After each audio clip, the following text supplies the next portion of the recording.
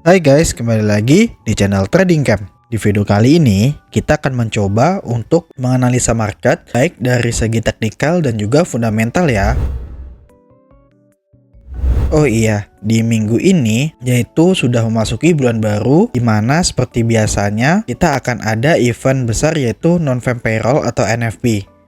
Nah, event ini sangat ditunggu-tunggu ya oleh trader di seluruh dunia karena merupakan event terbesar dan ekspektasinya market akan sangat volatil. Nah, sebelum kita memasuki teknikal di Bitcoin, kita akan mencoba untuk cek dulu event di minggu ini yang sudah terjadi dan yang akan datang. Nah, dimulai dari hari Selasa itu ada JOLT sama JB Konsumen. Nah, di sini keduanya BET-USD ya. Lalu di hari Rabu ini banyak news dan didominasi dengan BET-USD juga. Nah, teman-teman bisa cek ADP, lalu ada GDP-nya dan Chicago PMI-nya ini. Nah, ini merah semua datanya ya. Jadi memang ekspektasi pasar itu terjadi pelemahan terhadap dolar. Nah, untuk hari Kamis, nah ini adalah Labor Day ya. Nah, ini beberapa negara itu libur atau holiday. Tetapi untuk US itu masih buka ya. Nah, lalu di hari Kamis itu jam 19.30 ada klaim pengangguran, lalu dilanjut dengan S&P Global Manufacturing, lalu dilanjut dengan ISM. Nah, dari news yang tertera ini rata-rata masih didominasi dengan forecast BET-USD ya. Nah, nanti perlu kita cek dulu hasilnya atau aktualnya seperti apa. Nah, lalu puncaknya adalah di hari Jumat yaitu ada non-farm payroll dengan forecast juga BET-USD. Jadi memang di minggu ini newsnya itu cenderung BET-USD semua. Oke. Di sini kita akan mencoba untuk menganalisa Bitcoin. Seperti biasa, kita akan mencoba untuk menganalisa dari time frame yang paling besar yaitu di weekly. Oke, di weekly ini kemarin ini kita tandai sebagai inducement weekly ya. Nah, inducement ini sudah diambil.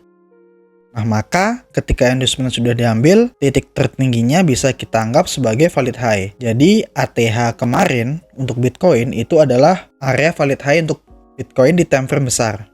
Nah, valid high ini sebagai batas atas ya. Lalu di sini kita bisa lihat dengan candle yang kemarin itu cukup strong bullish ya di sini. Nah, ini tandanya memang ada lonjakan volume, ada lonjakan trader di Bitcoin. Nah, kita sekarang cek ke daily-nya.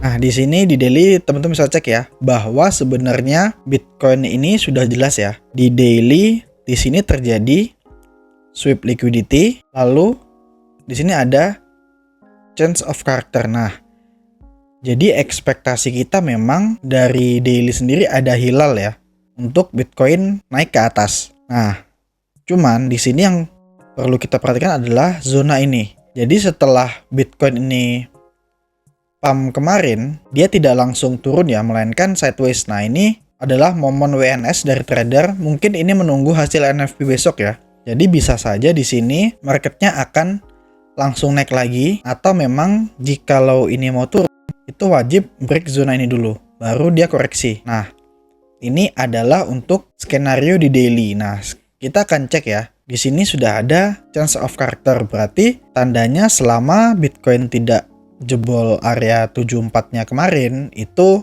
hilal untuk naik masih ada. Nah, sekarang yang menjadi permasalahan kita adalah Bitcoin masih tertahan area supply daily. Nah, ini adalah area yang menahan Bitcoin. Nah, terus dari sini kita juga bisa cek di H4-nya. Nah, di sini teman bisa lihat bahwa H4-nya Bitcoin sendiri memang masih sangat sideways ya. Nah, di sini kelihatan jelas bahwa ini adalah area terakhirnya, lalu ini menjadi key levelnya. Nah, jadi yang perlu teman-teman lihat adalah 91,6. Jika Bitcoin berhasil bertahan, maka di sini Bitcoin akan melanjutkan kenaikannya. Tetapi jika Bitcoin break area 91, maka di sini akan ada signal bahwa Bitcoin akan koreksi terlebih dahulu. Nah, ini adalah untuk H4-nya. Sekarang di H1-nya kita cek. Nah, sama ya di H1 kita cari bos terakhirnya untuk Bitcoin. Nah, terpantau di sini ada bos terakhirnya. Lalu di sini ada low validnya berarti. Nah, sama dengan di H4 tadi, selama 91,6 ini dijaga, maka Bitcoin masih akan naik. Kita misalkan Fibonacci di sini. Nah, di sini teman-teman bisa lihat ya bahwa harga masih cenderung respon. Ini bisa aja Bitcoin naik lagi. Nah, teman-teman tinggal pantau di area supply zone atas. Nah, ini adalah analisa untuk Bitcoin. Sekarang kita akan mencoba untuk analisa dari segi faktor pendukungnya, yaitu USDT dominance. Nah, di sini teman-teman bisa lihat ya bahwa USDT di sini ada tanda untuk change of character. Jadi memang di sini ada potensi bullish ya untuk USDT. Nah, jadi ini wajib teman-teman pantau. Nah, di sini kan masih cukup strong ya. Kita bisa cek nanti di sini.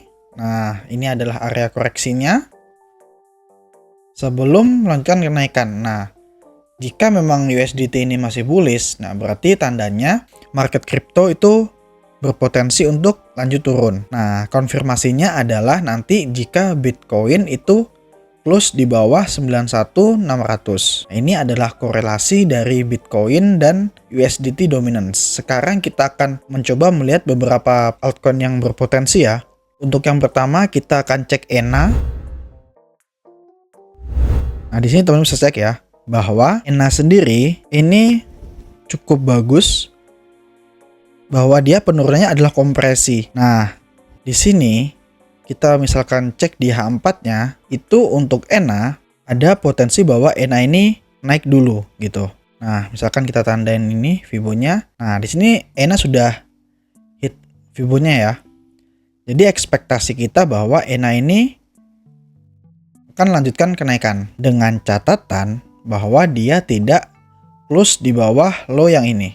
Nah, jadi misalkan teman-teman mencari altcoin, nah bisa pantau ENA. Lalu jika teman-teman ingin future misalkan, nah tinggal cek di H1 atau M15. Di sini teman-teman bisa cek ya bahwa ini adalah area sweep liquidity terakhir.